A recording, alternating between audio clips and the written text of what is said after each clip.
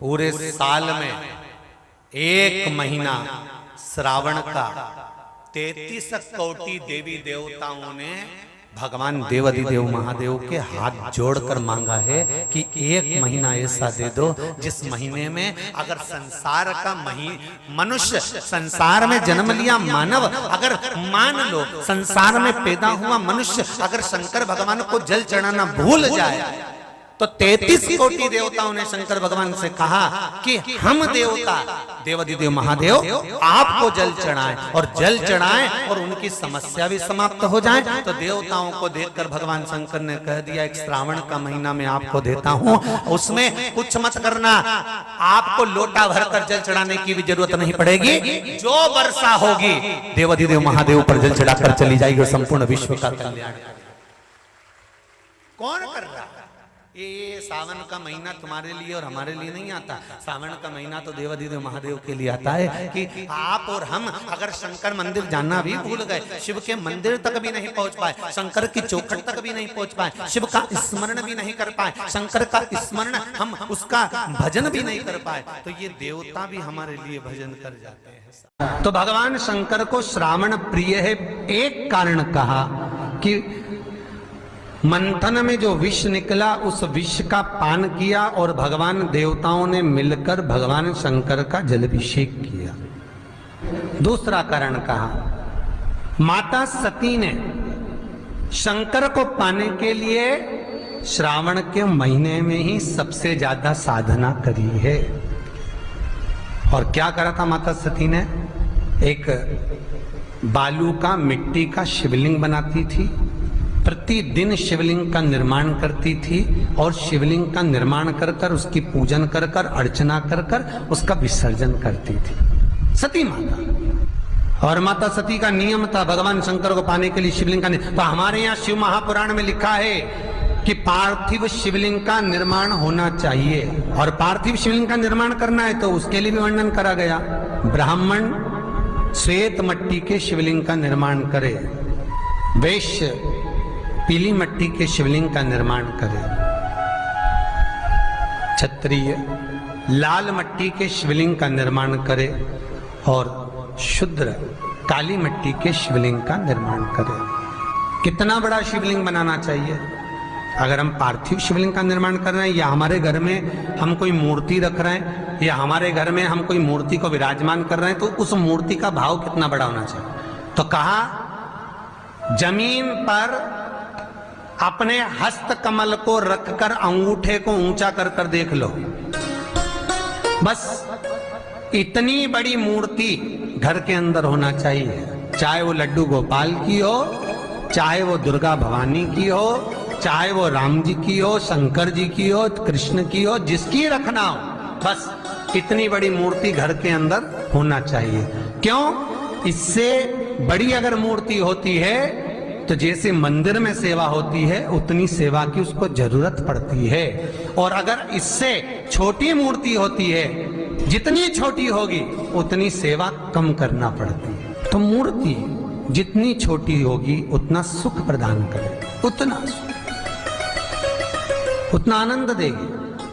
पर श्रावण के महीने में यदि आप रोज शिवलिंग नहीं बना सकते तो पूरे महीने में एक बार शंकर का शिवलिंग का पार्थिव शिवलिंग का निर्माण करना चाहिए, जरूर करना चाहिए। और पार्थिव शिवलिंग का निर्माण कर कर उसकी आराधना, उसकी अर्चना, उसकी पूजन करना चाहिए। नमः शिवाय, ओम नमः शिवाय, ओम नमः शिवाय, नमः शिवाय। पार्थिव शिवलिंग का जब भी निर्माण करें किसी थाली में या पात्र में जिसमें भी आप निर्माण कर रहे हैं, उस पार्थिव शिवलिंग को बनाने से पहले उसके अंदर पात्र के अंदर एक बेलपत्र रखे। बेलपत्र क्या? आपको कथा में कल कहा था, बेलपत्र का वृक्ष माता पार्वती के नयन अश्रु से प्रकट हुआ है और रुद्राक्ष का वृक्ष शंकर भगवान के नयन अश्रु से प्रकट हुआ है। तो बेलपत्र रखकर फिर उसके ऊपर शिवलिंग का निर्माण करें, फिर उसके ऊपर शिवलिंग, उसका लाभ आनंदित होगा, उसका सुख आनंदित होगा, वो आनंद फल देने वाला होगा। कई लोग सीधे थाली में शिवलिंग बना देते हैं। माता पार्वती के हस्त कमल पर शिवलिंग का निर्माण है महाराज। हस्त कमल सुख देने के लिए तो भगवान शंकर के शिवलिंग का निर्माण करें। माता सती ने भी किया। यही श्रावण के महीने में माता सती शंकर भगवान के शिवलिंग का निर्माण करती है, पूजन करती है, अर्चना करती है। फिर शाम के समय उस शिवलिंग को मस्तक पर स्पर्श कर कर जलाशय में, कुंड में, जल में, बावड़ी में, कुएं में, तालाब में उसका विसर्जन करती है मां। दूसरा कारण कहा, सती शंकर को इसी श्रावण में रिझाई थी, इसलिए शंकर को श्रावण अति प्रिय है। कि पहले आती है नवमी, फिर आवेगी एकादशी देवसोनी। तो भंडारिया नवमी का मतलब क्या होता है? भंडारिया नवमी का स्मरण क्या होता है? अभी आपको कहा था 9 जगह पर बेलपत्र चढ़ती है। भंडारिया नवमी का मतलब ही यही है कि भगवान विष्णु सोने जाने से पहले नवमी तिथि के दिन 9 बेलपत्र भगवान शंकर को समर्पित कर कर भगवान शिव के मंदिर में बैठकर भगवान शंकर की आराधना कर कर भगवान विष्णु लक्ष्मी जी के साथ अपनी सृष्टि का कार्यभार 4 महीने के लिए शंकर जी को सौंप देते हैं भंडारिया नवमी के दिन। और एकादशी के दिन से, देवसोनी एकादशी के दिन जब भगवान सोते हैं, उस दिन से भगवान शंकर पूरे कार्यभार को देखते हैं। पूरे कार्यभार, जब कार्यभार सौंपा गया, भगवान शंकर सृष्टि का संचालन करने लगे, तब ब्रह्मा और विष्णु ने आकर शंकर जी की आराधना यही श्रावण के महीने में करी थी कि आपने पूरा कार्य अच्छे से संभाला, इसलिए शंकर को श्रावण अति प्रिय है। यह 3रा कारण है शंकर को श्रावण प्रियता का। अब शिव महापुराण की कथा करिए कि शंकर को श्रावण प्रिय 4था कारण वर्णन करा कि ये कारण भगवान शंकर की आराधना माता पार्वती ने बाल्यपन से करी, खूब करी, खूब दिल से करी। ये कहते हैं कि अगर 1 लाख बेलपत्र समर्पित कर रहे हो और तुम्हारे पास में अगर वो बेलपत्र नहीं है तो तुम 1 लाख मत चढ़ाओ, आप तो 1 बेलपत्र, परंतु वो बेलपत्र भी पूर्ण तरह से साफ, सुंदर, सुरक्षित, खंडित ना हो, वो मुझे समर्पित करो। 1 चावल का दाना चढ़ाओ पर वो खंडित ना हो, 1 फल चढ़ाओ वो खंडित ना हो, 1 पुष्प चढ़ाओ वो खंडित ना हो। शिव कहते हैं मेरे हाथों से मेरा पुत्र खंडित हो गया था, उस दिन से मैंने वचन दिया है माता पार्वती को कि खंडित वस्तु स्वीकार नहीं करूंगा और न खंडित दूंगा।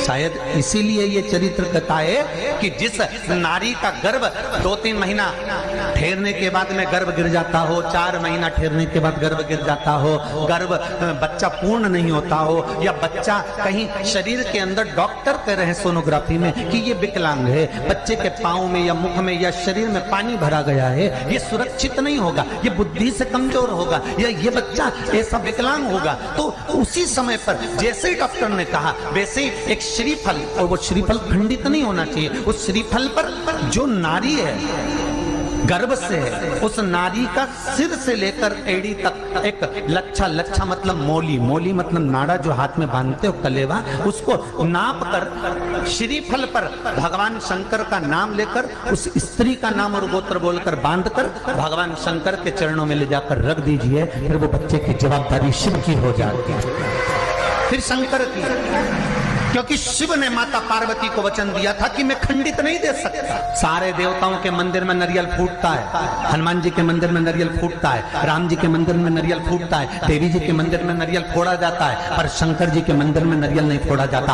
आखा की आखा दिया जाता है कि पूर्ण दीजिए, बेलपत्र पूर्ण दीजिए, फल पूर्ण दीजिए, 1 चावल का दाना भी दे रहे हो तो पूर्ण दीजिए। उसमें एक और अच्छी बात है, बहुत ध्यान लगाकर सुनिएगा जरा। जितने आस्था चैनल पर सुन रहे हो, यूट्यूब पर सुन रहे हो, फेसबुक पर सुन रहे हो, या इस पंडाल में श्रवण कर रहे हो, बहुत सावधानी से ध्यान दीजिएगा। कभी श्रावण महीने में अगर आप शंकर जी के मंदिर में जाएं और शिव मंदिर किसी वृक्ष के नीचे हो, बट वृक्ष के नीचे हो, चाहे पीपल के वृक्ष के नीचे हो, चाहे वो आंवले के वृक्ष के नीचे हो, चाहे वो बेलपत्री के वृक्ष के नीचे हो, चाहे वो शमी के वृक्ष के नीचे हो, चाहे जिस वृक्ष, कोई भी वृक्ष के नीचे अगर कोई शिवालय है, शंकर जी का कोई मंदिर या शंकर जी का कोई शिवलिंग रखा हुआ, तो एक दुर्वा किसी भी श्रावण महीने में तुम जब भी किसी शिवालय में जाएं, जिस वृक्ष के नीचे शिवलिंग हो, उस शिवलिंग पर ये शिवलिंग रखा हुआ है, ये जलाधारी, जलाधारी पर जहां शिवलिंग रखा हुआ है वहां कटी भाग माता पार्वती जी का हस्तकमल, उसके ऊपर रखा हुआ है शिवलिंग, सामने अशोक सुंदरी और भगवान शंकर के दोनों पुत्र गणेश कार्तिकेय, ऊपर से जल गिरता है जया विशाखा शामलीवारी दौतली देव, ये भगवान शंकर की 5 बेटियां। तो जो कटी भाग है, इस कटी भाग पर अगर मात्र एक दुर्वा समर्पित कर जिसकी किडनी या लीवर डैमेज हो रहा हो, काम नहीं कर रहा हो, या किडनी लीवर में कोई तकलीफ हो रही हो, या डायलिसिस चल रहा हो, तो मात्र एक दुर्वा उस कटी भाग पर श्रावण महीने में समर्पित कर उस दुर्वा के 7 टुकड़े कर 7 दिन प्रतिदिन सुबह के समय पर उसको चबाकर खा लेने पर या निगल जाने पर धीरे धीरे डायलिसिस बंद होने लगता है और किडनी लीवर अपना काम करना प्रारंभ कर देता है। एक दुर्वा, कितनी दुर्वा? एक दुर्वा, मात्र एक दुर्वा। शंकर भगवान पर चढ़े हुए जल जब नीचे की ओर आता है, जिस जगह पर जल गिरता है उस जगह पर मात्र एक दुर्वा अपनी कामना कर इस शरीर के सुख के लिए शंकर भगवान के जल गिरने वाले स्थान के पास में अवधूतेश्वर महादेव के नाम से रख दी जाती है, तो जिंदगी में कभी बड़ी बीमारी नहीं आती। उसी तरह इससे रोग को समाप्त करने के लिए दुर्वा का प्रयोग किया गया। आप लोगों ने पूर्व में जो शिव महापुराण की कथा कुबेरेश लोहा की धरा से करी थी, वो आप लोगों को ध्यान में होगा। दुर्वा कैसे उत्पन्न हुई थी, दुर्वा का महत्व क्या है, कितनी दुर्वा चढ़ाना चाहिए, कैसी दुर्वा चढ़ाना चाहिए, दुर्वा की उत्पत्ति कहाँ से हुई है, दुर्वा तोड़ने के बाद पानी में डालने के बाद फिर हरी हो जाती है, इसका क्या कारण है, दुर्वा गणेश जी को क्यों चढ़ाई जाती है, शंकर जी को दुर्वा किस स्थान पर चढ़ाई जाती है, ये सारी कथा आपको पूर्व में इसी कुबेरेश्वर बाबा के पावन धरा से सुना चुके हैं, जो टीवी पर डली हुई है। कभी आपने नहीं सुनी हो तो यूट्यूब पर से दुर्वा शिव महापुराण की कथा आप निकाल कर उसको श्रवण कर सकते। उसमें वर्णन किया है कि इस दुर्वा का महत्व क्या है, दुर्वा का क्या। मात्र एक दुर्वा शिवलिंग पर चढ़े हुए जल जहां से नीचे की ओर गिरता है, उस जगह पर मात्र अपने शरीर की कामना करते हुए भगवान से रोग मुक्ति के लिए एक दुर्वा अगर समर्पित कर दी जाए तो कोई बड़ी बीमारी जिंदगी में आ ही नहीं सकती, ग्रहण ही नहीं, मतलब ग्रसित नहीं। श्रावण के महीने की श्रावण शिव महापुराण की कथा सुन रहे हो, एक बात दिल से बताना, जितनी सौभाग्यवती माताएं होती हैं ये संक्रांति पर भी 13 चीजें दान करती हैं, 14 चीजें दान करती हैं। बीच में कोई 16 सोमवार का उद्यापन करेंगी तो भी सुहाग की सामग्री देंगी, उद्यापन करेंगी तो भी सुहाग की सामग्री देंगी, कोई कार्य करेंगी तो भी सौभाग्य की सामग्री देंगी। सौभाग्य की सामग्री का दान क्यों किया जाता है, सौभाग्य सूचक वस्तुओं का दान क्यों किया जाए, सौभाग्य की वस्तुएं क्यों प्रदान करी जाती है, क्यों दी जाती है, उसका कारण क्या है।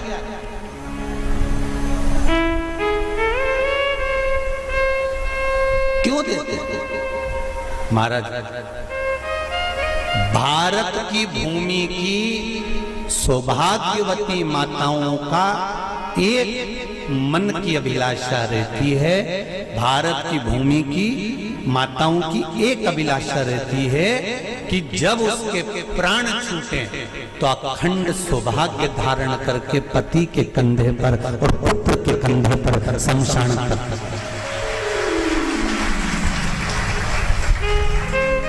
ये भारत की भूमि की माताओं की सोच, उनके मन का संकल्प, उनके मन का भाव।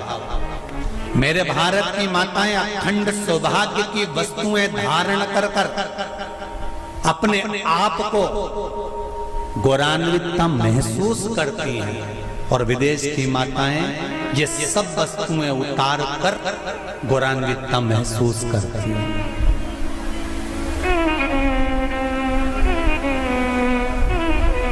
क्यों देते हैं चूड़ी का दान, क्यों देते हैं बिंदी का दान, क्यों देते हैं अखंड सौभाग्य का दान? किस महाराज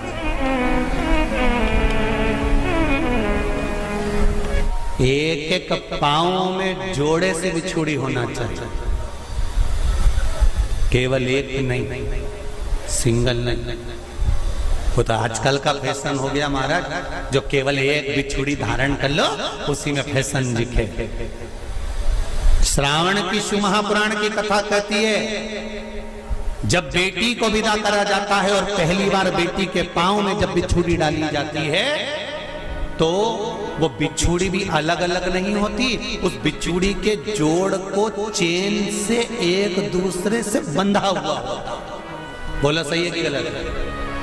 जितने आस्था चैनल पर कथा सुन रहे हैं, जितने फेसबुक पर सुन रहे हैं, यूट्यूब पर सुन रहे हैं, सुन लेना कि मेरे भारत की माताओं का जब पाणी ग्रहण संस्कार किसी बेटी का होता है, उसके पांव में जब पहली बार बिछुड़ा पिनाया जाता है, बिछुड़ी पिनाई जाती है, तो वो बिछुड़ी भी एक दूसरे से बंधी हुई होती है, चेन से बंधी हुई होती है। उसको अलग अलग वाली बिछुड़ी शादी के मंडप में नहीं पिनाई जाती। क्यों? जैसे ये बिछुड़ी एक दूसरे से पांव में बंधी हुई है, तुम्हारी जिंदगी अंतिम श्वास तक ऐसी ही बंधी की बंधी रहे, यही बनना चाहिए। वो तो अब माताओं ने थोड़ा सा फैशन चेंज कर दिया, अब पांव में ज्यादा बिछुड़ी नहीं पहनती, गड़ती है, चुभती है, एक बिछुड़ी धारण महाराज। पर नहीं, बिछुड़ी भी दो हो, जोड़े से। हमारी माताएं, भारत की भूमि की जो माताएं हैं, ये चूड़ी भी हाथ में पहनती है तो जोड़े से पहनती है। बोलो जैसा सही है कि गलत है? एक अकेली चूड़ी माताएं हाथ में धारण नहीं करती हैं। अगर भारत की भूमि की संस्कारित माताएं हैं और भारत की भूमि की सभ्यता और संस्कृति को जानती है तो अकेली चूड़ी नहीं, जोड़े की चूड़ी पहनेगी, 2 चूड़ा डालेगी, 4 डालेगी, 12 डालेगी, पर सिंगल नहीं, अकेले। और सरल भाषा में समझ लो, हमारे यहाँ ठेले पर लेने जाओ तो जो केले अपन खाते हैं वो भी सिंगल नहीं देते, उसको भी जोड़े से दिया जाता है। 2 दूं की, 12 दूं की, आधी दर्जन दूं की 1 दर्जन दूं। अब अंदाजा लगाइए, हमारे यहाँ देने का भी एक भाव है। श्रावण के महीने की शिव महापुराण की कथा, जिसका नाम है श्रावण शिव महापुराण की कथा, ये कहती है कि पार्वती जी ने और गंगा जी ने ये चतुर्मास में जितना सौभाग्य का दान दिया है, उनके बराबर दुनिया का कोई व्यक्ति इतना सौभाग्य का दान नहीं दे सकता जो माता गंगा और पार्वती दोनों दान दे रहे हैं।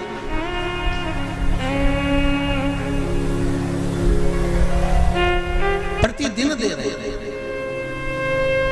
और अब तो फैशन आ गया, तुम लोगों जो सौभाग्य का दान देते हो प्लास्टिक की डलिया में देते हो, पर एक एक पुराण को उठा कर देख लेना, एक एक उद्यापन को उठा कर देख लेना। जितनी तुम कथा तुम्हारे घर में छोटी छोटी कथाओं की पोथियां पढ़ी हो, उनको उठा कर देख लेना। उसमें नहीं लिखा कि प्लास्टिक की डलिया में सौभाग्य की वस्तु का दान दिया जाता है, उसमें लिखा है बांस की पिटारी में, बांस की डलिया में सौभाग्य की वस्तुओं का दान दिया जाए। क्यों?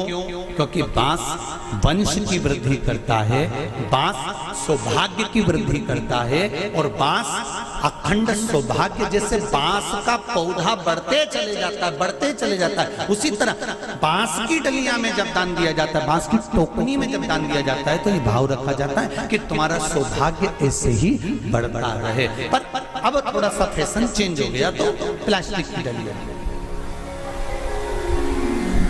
पर प्लास्टिक की नहीं, महाराज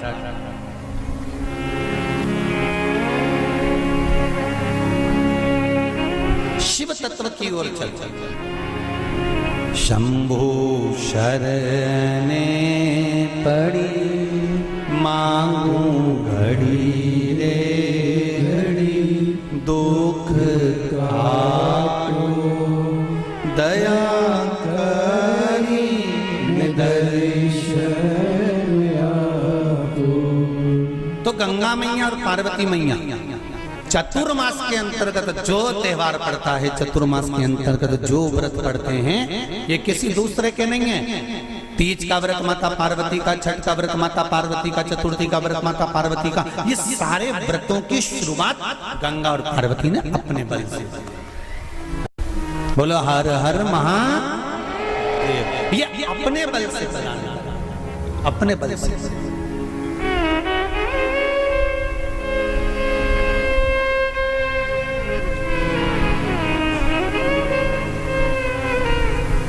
एक बार बाबा देवाधिदेव महादेव भगवान शंकर निवेदन करा, तुम ये क्या कर रहे हो? तुम ये क्या कर रहे हो?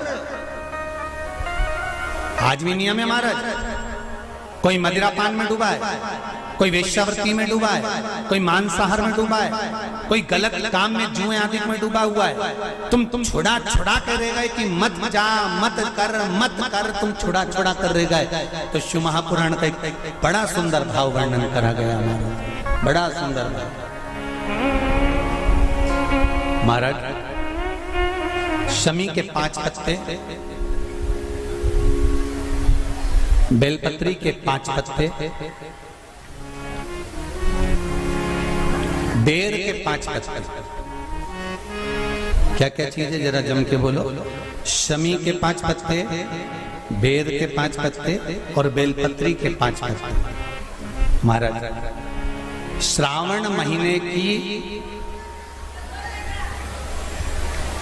दोनों अष्टमियों में से कोई भी अष्टमी, ये भी जरूरी नहीं है कि सोमवार की ही अष्टमी थी।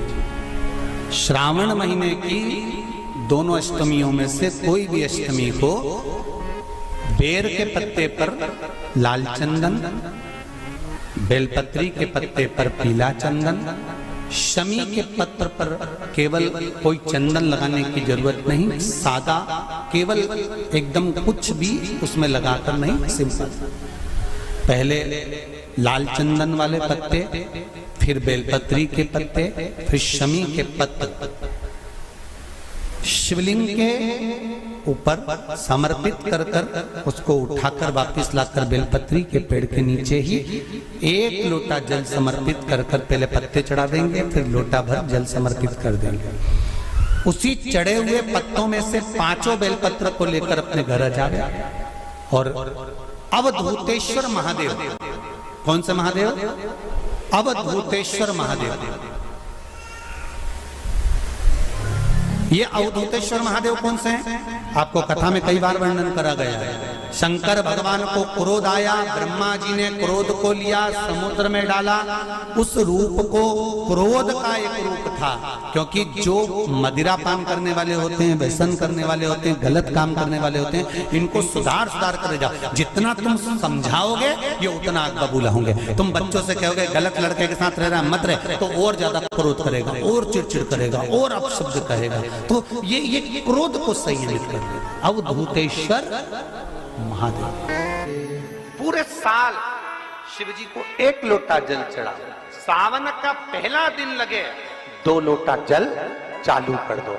श्रावण के पूरे महीने 2 लोटा जल अपने घर से लेकर जाओ, और अपने घर से जब जल लेकर जाओ तो ये विचार कर कर जाना, आज मैं शिव को काशी में, आज मैं शिव को केदार में, आज शिव को अमरनाथ में, आज शिव को भीमा शंकर में, आज शिव को मल्लिकार्जुन में। और फिर निवेदन करूंगा, जिस बहन को 19 और 20 साल तक भी औलाद नहीं हुई हो, तो कृष्णेश्वर महादेव का नाम लेकर 2 लोटा जल तुम्बकेश्वर महादेव का नाम लेकर चढ़ा कर देखना, सावन के बाद में बाबा संतान जरूर देगा, झोली जरूर भरेगा।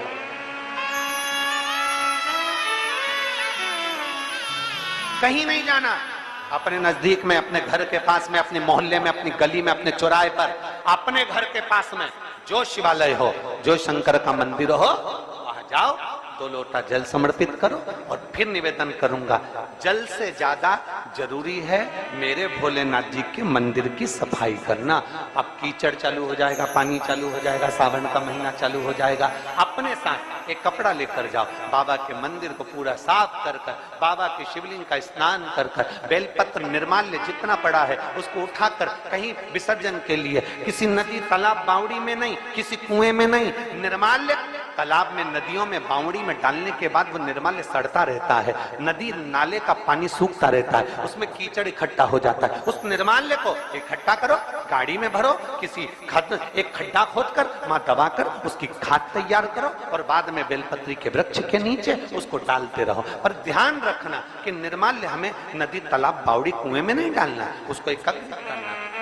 शिव के मंदिर की जितनी सफाई कर सकते हो, शंकर के मंदिर को जितना साफ कर सकते हो, शंकर के मंदिर को जितना निर्मल कर सकते हो, उतना करो। अपने मन में एक भाव बना लो, जैसे भगवान विष्णु ने एक भाव बनाया था, सावन के महीने में 108 कमल के पुष्प शंकर जी को दूंगा। पार्वती जी ने भाव बनाया था, श्रावण के महीने में शंकर जी को 2 लोटा जल समर्पित करूंगी। माता सती जो भगवान शंकर की अर्धांगिनी रही, उन्होंने भाव बनाया था, मेरे देवादिदेव महादेव को रिझाने के लिए मैं भगवान शंकर की 108 वृक्ष लता से स्नान कराऊंगी। ये अपने भीतर एक संकल्प अपने भीतर लेना है कि श्रावण के महीने में हमें शिव को कैसे रिझाना है,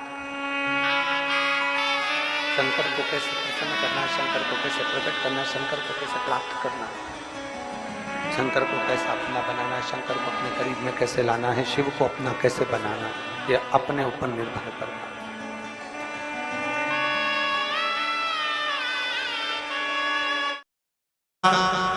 पहला दिन एक बेलपत्र शिव को अपनी मनोकामना कर कर, रोग दोग बीमारी तकलीफ कष्ट दूर करने के लिए शंकर के शिवलिंग पर, अगर बन सके तो मंदिर में, आप लोग तो यहाँ हैं तो देवादिदेव महादेव कंकर शंकर को चढ़ाओ, और अगर बेलपत्र नहीं हो तो बेलपत्र जो चढ़ी हुई हो उसी को धोकर वापिस चढ़ाओ।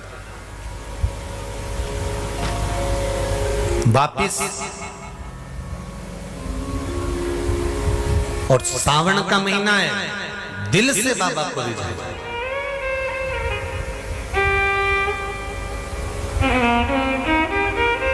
हम धर्म करने के चक्कर में, परमात्मा के भजन के चक्कर में किसी का अपमान ना करें।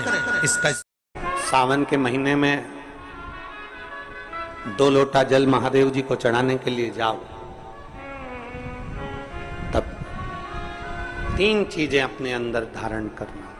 पहले नंबर का तो 2 लोटा जल जब घर से लेकर जाओ तो जरूरी नहीं कि दोनों हाथों में लेकर जाओ, एक लोटे के ऊपर दूसरा लोटा रखकर दूसरा हाथ से अगर कोई काम हो, पल्लू लेना हो या कोई कार्य हो तो कर सकते हो, नहीं तो तुम 2 लोटा हाथ में रख लो और पल्लू डालना ना, मैं सिर पे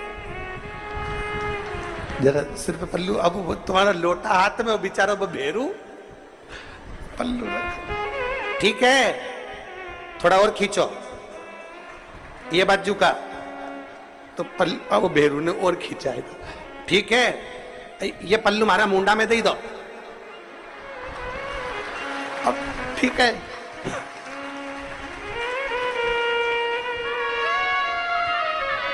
और थोड़ी दूर चली और याद आ गया, ओ बाप, इतने में भेरू ने कहा क्या हो गया, क्या हुआ, वो हमारे फूल माला की पन्नी तो वहीं रह गई, जरा उठाओ, उठाओ जरा,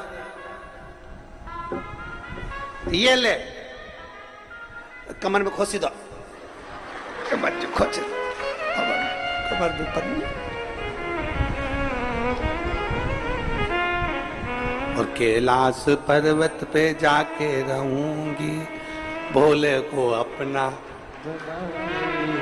अब पति भी के अच्छा शंकर हुआ और अच्छा जल हुआ, दोनों निवेदन है, अगर 2 लोटा हाथ में ना तो एक के ऊपर एक लोटा रखकर भगवान की भक्ति धारण करते हुए 3 चीजों में एक चीज जल 2 लोटा, दूसरा श्री शिवाय नमस्तुभ्यम का जाप पूरे सावन के महीने में से कम 5 दिन ऐसे निकालना कि बेलपत्री के पेड़ की छांव में बैठकर हम श्री शिवाय नमस्तुभ्यम की कम से कम 1 माला जरूर कर ले, जरूर।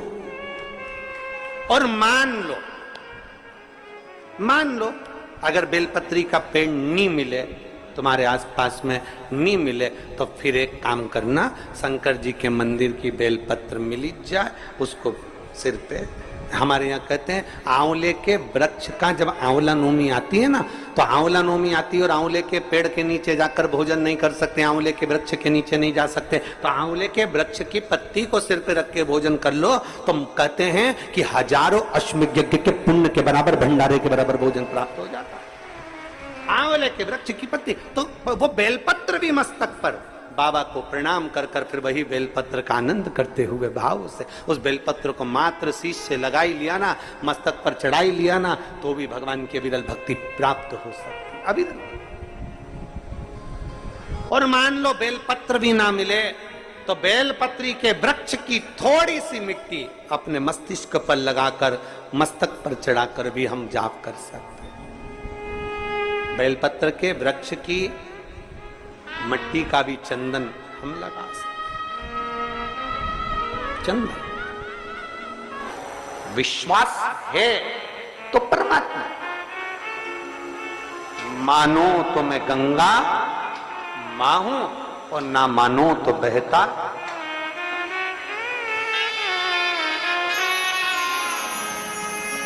आप मानो तो मैं मां हूं, आप मानो तो मैं गंगा मां हूं, ना मानो तो बहता पानी। आप मानो तो आपके नजदीक में, आपके घर के पास में जो शिवालय है भगवान शंकर का, एक छोटा सा शिवलिंग है, मानो अगर दिल से तुमने मान लिया कि ये केदारनाथ है, दिल से तुमने मान लिया कि ये महाकाल है, दिल से तुमने मान लिया कि भीमा शंकर है, दिल से तुमने मान लिया कि ये मल्लिकार्जुन है, दिल से तुमने मान लिया कि विश्वनाथ है। जिस दिन तुम्हारा मन पर जाए, श्रावण के महीने में जब तुम 2 लोटा जल चढ़ाने के लिए जाओगे,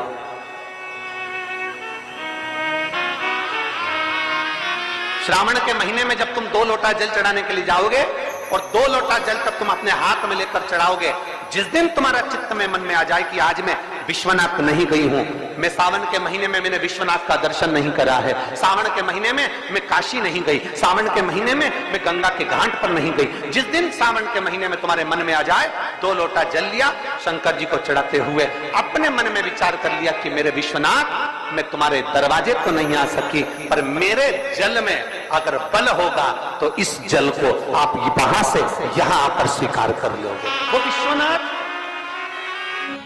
आपसे भी निवेदन है, सुबह सुबह शिव जी के मंदिर जाते हो आप लोग, 1 लोटा जल चढ़ाने के लिए जाते हो, शंकर जी के मंदिर में जो निर्माल्य पड़ा रहता है, इधर उधर अगर कोई फूल पत्ती बेलपत्र सामग्री पड़ी रहती है, उसको उठाकर एक और जब रखो तो उसको प्रणाम करा करो। क्यों, किस लिए?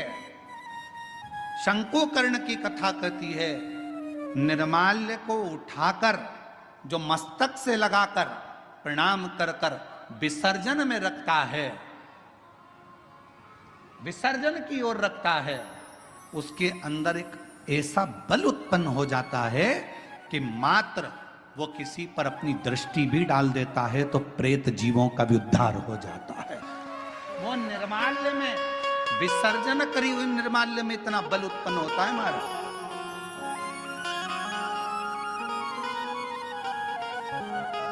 यज्ञ, हजारों सिद्धि यज्ञ, सारे यज्ञों का अगर पुण्य फल प्राप्त करना है तो 3 वृक्ष ऐसे हैं जिन वृक्ष की त्रिवेणी में अगर एक बार भी अगर मौका लग जाए इन 3 वृक्षों का स्मरण करने में, पहले नंबर का बेलपत्र का वृक्ष, दूसरे नंबर का पीपल का वृक्ष, तीसरे नंबर पर है महाराज भगवान देवाधिदेव महादेव की कृपा से शमी का वृक्ष, अगर कहीं योग से बन जाए, आप रास्ते से निकल कर आ रहे हो, कहीं पीपल का पेड़ मिल गया, जल चढ़ाया, बेलपत्र मिल गया, शमी पेड़ मिल गया, जल समर्पित कर दिया।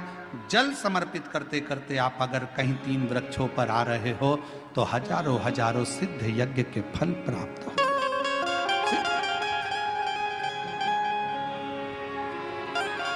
और यदि ये सब नहीं कर सको तो एक बेलपत्र के वृक्ष की सेवा जरूर।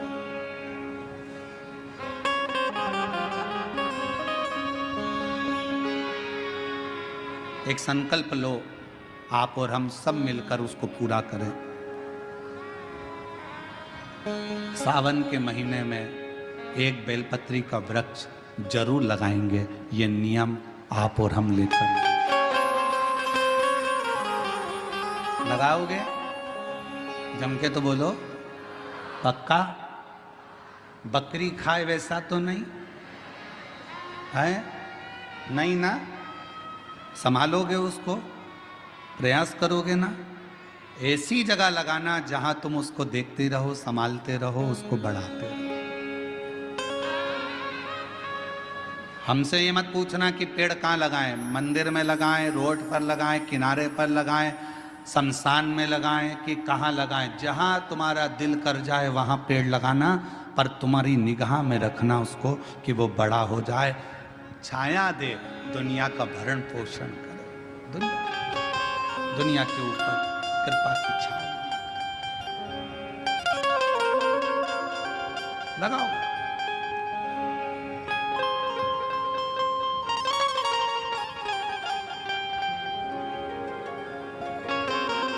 शंकुकर्ण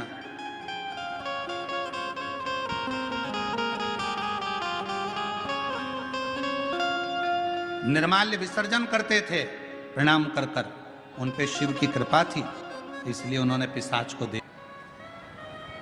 और फिर निवेदन करूं मेरी जीजियों से, मेरे जीजाओं से, प्रयास करना, कभी अगर मौका मिल जाए, बाबा अगर तुम्हारे ऊपर करुणा करे, कृपा करे, दया करे, और कोई अगर ऐसा योग संजोग बन जाए, मौका मिल जाए, तो श्रावण के महीने में कोई भी एक नियम अवश्य धारण करो पूरे सावन, कि मैं शिव जी के मंदिर जाऊंगी या बेलपत्र को जल चढ़ाऊंगी या शंकर जी के मंदिर का दर्शन करूंगी या शिखर का दर्शन करूंगी या शिव जी के मंदिर में 1 चावल का दाना या 2 लोटा जल का स्मरण या बाबा देवादिदेव महादेव का मंत्र स्मरण करूंगी। प्रतिदिन अपने हाथ में 2 लोटा जल भरकर शिव को जल की धार लगाऊंगी। कोई भी एक नियम अपने श्रावण महीने में अवश्य, और नियम पूरा होता है तो बाबा करुणा